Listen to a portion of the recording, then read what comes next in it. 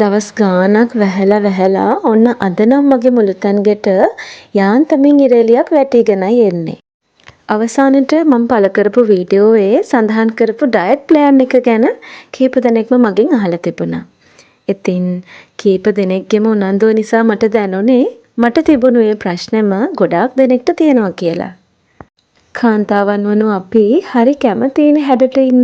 ඉතින් ඒ අතර උසට සරිලන බර පවත්වා ගැනීම හරිම වැදගත්. ඉතින් ඒ අතරෙත් බොහෝ දෙනාට තියෙන ගැටලුව බර අඩුකමට වඩා බත් වැඩිවීම. ඉතින් මට තිබුණෙත් ඒ ගැටලුව. ඒකට සාර්ථක විසඳුමක් හොයාගෙන යද්දි මට ලැබුණු සාර්ථක ක්‍රමය තමයි මෙන්න මේ සරල ආහාර රටාව. වැඩි කතා නැතුව අපි උදේ කෑම ලෑස්ති කරගමුද එහෙනම්? හොඳට මතක තියාගන්න උදේ කෑම කිව්වට මේ වැඩ ටික ඔයා කරන්න ඕනේ කලින් දවසේ රාත්‍රියේ. මුදවපු කිරි, එළකිරි, මී පැණි සහ චියා ඇට අපිට මේකට අවශ්‍ය වෙනවා. එහෙනම් එන්නකෝ අපි වැඩේ පටන් ගන්න.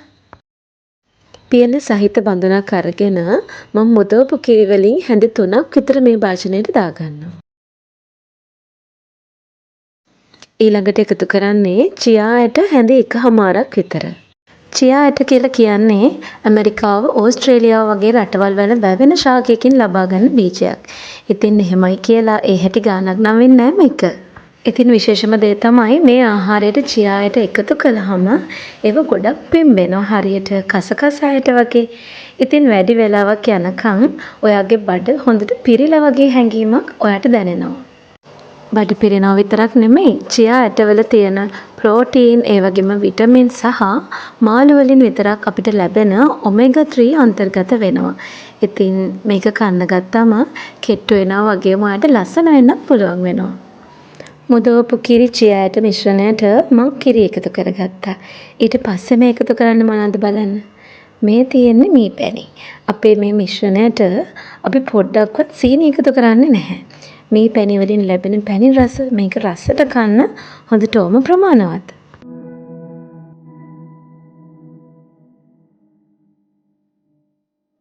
මේ විදිහට හොඳින් මිශ්‍ර කළාට පස්සේ මම මේ භාජනයේ පියන වහලා මේක ශීතකරණයේ පහළ කොටසේ තියා ගන්නවා. මේ තියෙන්නේ පහෝදා උදේවරුව. ඉතින් උදේම නැගිටලා ශීතකරණයේ පහළ කොටසේ තියපු අපේ මිශ්‍රණය අරගෙන උදේ කෑම ලස්සනට හදාගමුකෝ අපි. වියලි මිදි රටකචු ඇට කිහිපයක්, කොළ ඇපල් ගෙඩියක් මම මේකට එකතු කරගන්නවා. මගේ ළඟ මිදි ගෙඩි කීපයකුත් තිබුණා. මං හිතුවා ඒකත් දැම්මොත් මේක තවත් රස වෙයි කියලා. ඉතින් කලින් දවසේ හදාගත්ත මූලික මිශ්‍රණයට අමතරව මේ එකතු කරන කිසිම දෙයක් අනිවාර්යෙන් එකතු කරන්න ඕන දේවල් නෙමෙයි. කලින් දවසේ රෑ අපි හදාගත්ත මූලික මිශ්‍රණය විතරක් වුණත් අපිට ආහාරයට ගන්න පුළුවන්. ඒ වුණාට මේ විදියට ගෙදර තියෙන පළතුරු මොනවා හරි රටකචු ඇට කීපයක් එකතු කරගත්තාම අපිට අමතර පෝෂණ ගුණයක් ලැබෙනවා. ආසාවෙන් කන්න පුළුවන් වගේම දවල් ආහාරය වෙනකන් අපිට හොඳට බඩ පිරුණු හැඟීමකින් ඉන්න පුළුවන් වෙනවා. ඉතින් ලේසියෙන් හොයාගන්න පුළුවන් එක පළතුරක් හරි පුළුවන් විදියට මේකට එකතු කරන්න උත්සාහ කරන්න. එන්නකෝ ඔයාලට චියා ඇට ටික පෙන්නන්න. කලින් දවසේ අපි දාපු චියා ඇට ටික කිරිත් එක්ක හොඳට උරාගෙන පිම්බිලා අපේ මිශ්‍රණය ඝන වෙලයි දැන් තියෙන්නේ. ඉතින් මම මේ ටික මේ විදිහට ලස්සනට භාජනයකට දාගන්නවා. ඉතින් කෙනෙක්ට හිතෙන්න පුළුවන් උදේ කෑමක් වෙනුවෙන් මෙච්චර කාලයක් අපිට නාස්ති කරන්න පුළුවන්ද කියලා. විශ්වාස කරන්න මේ මිශ්‍රණය රැයට හදලා තියාගන්නත් පහවදා උදේට මේ ටික හරි ලස්සනට හදාගන්නත් මට විනාඩි 15ක් විතර තමයි යන්නේ. ඉතින් ඔයගලන්ට පෙන්වන්න ඕනේ නිසා මම මේක අද හිමිට කරාට හරි ඉක්මනින් අපිට මේක හදාගන්න පුළුවන්. ඉතින් නිරෝගීකම රැකගන්න ලස්සනට ඉන්න අපිට විනාඩි 15ක් 20ක් වැය වුණාට කමක් නැහැ නේද? අපි කන දේ මෙන්න මේ විදිහට ලස්සනට හදාගත්තාම අපේ බඩ පිරෙනවා වගේම මගේ නම් හිතත් පිරෙනවා. ඉතින් හරි ආසාවෙන් තමයි මම උදේට තියෙන පළතුරු මොකක්ද ඒක ලෑස්ති කරගෙන එක එක රටාවලට එක එක විදියට ලස්සනට මගේ ගෙදර මේ කෑම ටික ලෑස්ති කරගන්නවා. ඔන්න මගේ උදේ කෑම වේල දැන් ලෑස්ති. ඉතින් මේ රස කෑම වේල මගේ බඩට පුරව ගත්තට පස්සේ ආයෙ දවල් කනකම් මට කිසිම බඩගින්නක් එන්නේ නැහැ.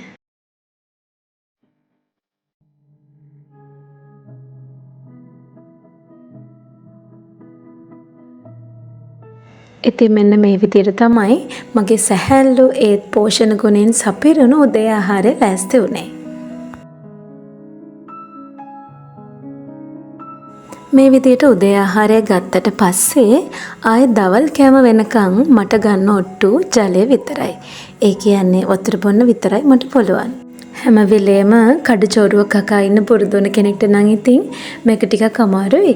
හැබැයි දවසක් දෙකක් අමාරුවෙන් හරි අල්ලගෙන හිටියොත් ඔයා නිකම්ම මේ වැඩේට හුරු වෙනවා.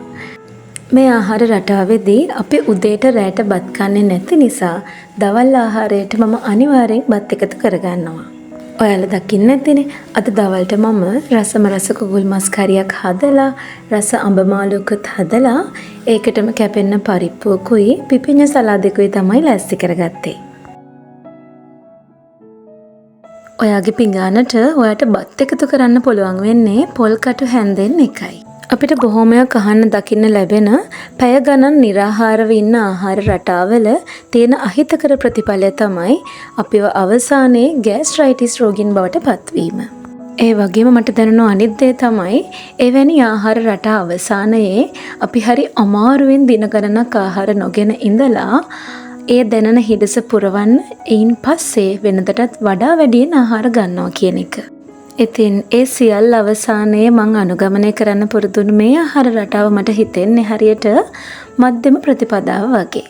වැඩියම කන්නෙත් නැති, අඩුවෙන්ම කන්නෙත් නැති මේ ආහාර රටාව මට හිතෙන්නේ නිරෝගීව ඔයාගේ බර අඩු කරන්න හොඳම පිළිතුර කියලයි. මේ ආහාර රටාව අනුගමනය කරන්න අරගෙන මාස 2කදී මගේ බර කිලෝ 3කින් අඩු කරගන්න මට පුළුවන් වුණා. ඒ වගේම විශේෂම දේ තමයි දැන් මේ ආහාර රටාවට මං ගොඩක් හුරු වෙලා තියෙන්නේ. වැඩියෙන් කන්න ඇත්තටම මට හිතෙන්නේ නැහැ. ගානකට කන්න, පිළිවෙලකට කන්න මම නිකම්ම හුරු වෙලයි තියෙන්නේ. දවල් කෑම වේල ඒ විදිහට හදාගත්තට පස්සේ දැන් මේ කියන්න හදන්නේ මේ ආහාර රටාවේ රාත්‍රී ආහාර වේල සකස් වෙන්නේ කොහොමද කියන එක ගැන. මේ ලෑස්ති කරන අඩුම කුඩුම දැක්කහම නම් ඔයගොල්ලන්ට යාන්තම් ඉඟියක් දැනෙනවා ඇති මම රැට මොන වගේ කෑම වේලක් හදාගන්නව ඇතිද කියන එක ගැන. මගේ ආහාර රටාවේ රාත්‍රී ආහාරයට මම ගන්නේ ගොඩාක් වෙලාවට මේ දේවල් දාලා හදාගන්න සුප් එකක්. ඉතින් මේ ලෑස්ති කරගන්නේ මට සතියේටම අවශ්‍ය කරන එළවලු ටික. එන්නකෝ ඒ ටික හැමම තෙත බෙරෙන්න තියලා අපි අද රෑ සුප් එක හදාගමු. ආහාර පාලනය කරන නිරෝගී කෙනෙක් කොයිම වෙලාවකවත් රාත්‍රී ආහාරය බර ආහාරයක් විදියට ගන්න හොඳ නැහැ. පුළුවන් තරම් ඇඟට සැහැල්ලු සරල කෑම වේලක් තමයි ගන්න ඕනේ.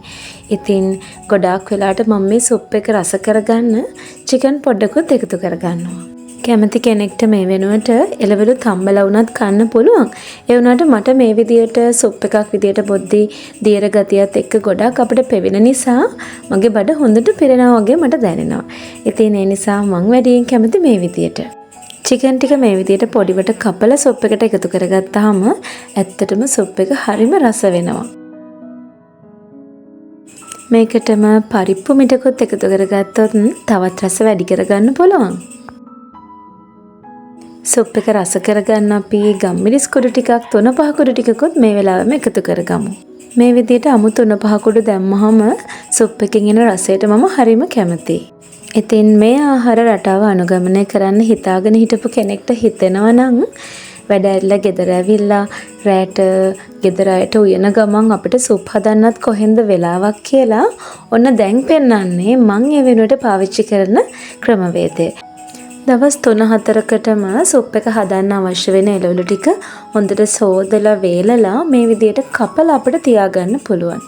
එතකොට අපිට තියෙන්නේ ගෙදර කට්ටියට කෑම හදන්න කලින් ආපු ගමන්ම වාජනයකට මේ එළවලු ටික දාලා වතුර දාලා ගම්මිරිස් 3-5 දාලා ලිපේ තියන්න. ඉතින් අපි අනිත් වැඩ ටික කරගන්න අතරතුර අපේ සුප් එකත් ගානට හැදෙනවා. මේ ටික අපි ශීතකරණයේ පහළ කොටස තමයි තියාගන්නේ. ඔන්න ඒ වැඩ ටික ඉවර වෙද්දී මගේ සුප් එකත් ගානට හැදලා ඉවරයි. මෙන්න මේ විදියටයි මගේ දවසේ කෑම වේල් ටික හැදෙන්නේ. ඉතින් තවත් මේ වගේම වටින වීඩියෝවක් අරගෙන ඔයගොල්ලෝ බලන්න එනකන් ඔයගොල්ලන්ගේ ගෙදරින් මං යන්නයි ලෑස්ති වෙන්නේ. ඔයාලා හැමදෙනාටම සුබ දවසක්.